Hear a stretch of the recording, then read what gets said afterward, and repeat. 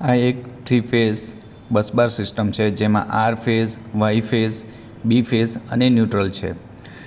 3 phase પેનલની અંદર આ બસ બાર સિસ્ટમ જોડે એક એમસીસીબી પણ લગાવવામાં આવે છે, જ્યાંથી આપણે ઇનકમિંગ અને આઉટગોઈંગ લાઇન લઈ શકીએ છીએ. Module case circuit breaker.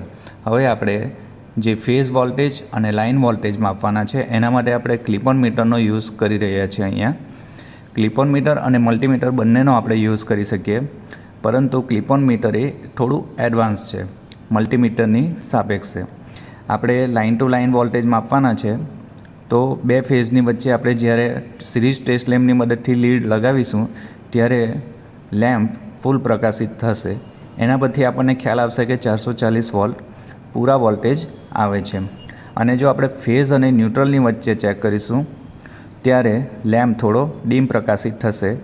જ્યારે આપણે 440 વોલ્ટમાં ચેક કરીએ ત્યારે ફૂલ પ્રકાશિત થશે અને ફેઝ અને ન્યુટ્રલની વચ્ચે 230 જ વોલ્ટેજ આવે છે, એટલે ત્યારે લેમ્પનો પ્રકાશ થોડો ઓછો હશે. આ આખી એક કંટ્રોલ પેનલ છે.